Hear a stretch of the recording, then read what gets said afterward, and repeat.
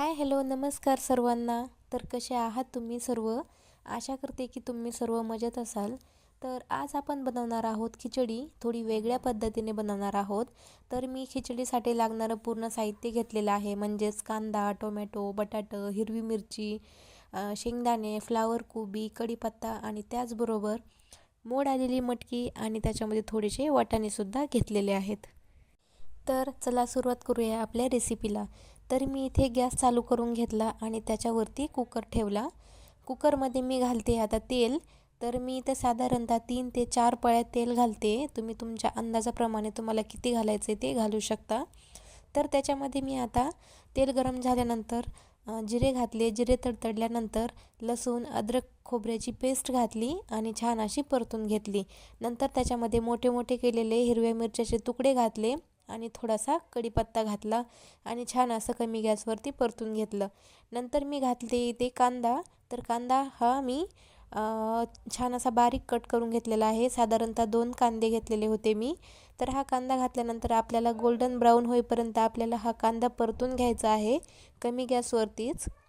कांदा परतल्यानंतर आता त्याच्यामध्ये घालते मी टोमॅटो. तर टोमॅटो हा मऊ होईपर्यंत आपल्याला परतून घ्यायचा आहे. तुम्ही पाहू शकता मी इथे छान असा परतून घेतलेला आहे आणि त्याच्यामध्ये घालते मी आता मोड आलेली मटकी आणि वाटाणे. ते घातल्यानंतर आपल्याला घालायचं आहे बटाटं, त्याचबरोबर फ्लावर कोबी आणि एकदम फुल गॅसवरती काय करायचं आहे आपल्याला हे 3 ते 4 मिनटं आपल्याला हे परतून घ्यायचं आहे. छान असं मिक्स करून घेते मी, सगळं एकत्र करून घेतलेलं आहे. तुम्ही पाहू शकता 2 ते 3 मिनटंच आपल्याला हे परतून घ्यायचं आहे. आणि त्याच्यामध्ये घातलेले आहेत मी शेंगदाणे. शेंगदाणे घातल्यानंतरसुद्धा आपल्याला छान असं परतून घ्यायचं आहे. तुम्ही पाहू शकता मी एक सारखं मिक्स करत आहे.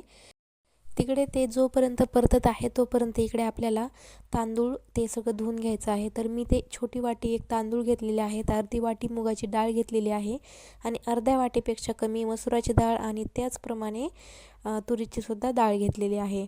तर आता हे मी एकदम छान असं 2 ते 3 पाण्याने स्वच्छ धुवून घेत आहे. तुम्ही पाहू शकता. तर छान असं मी ते धुवून घेतलेलं आहे.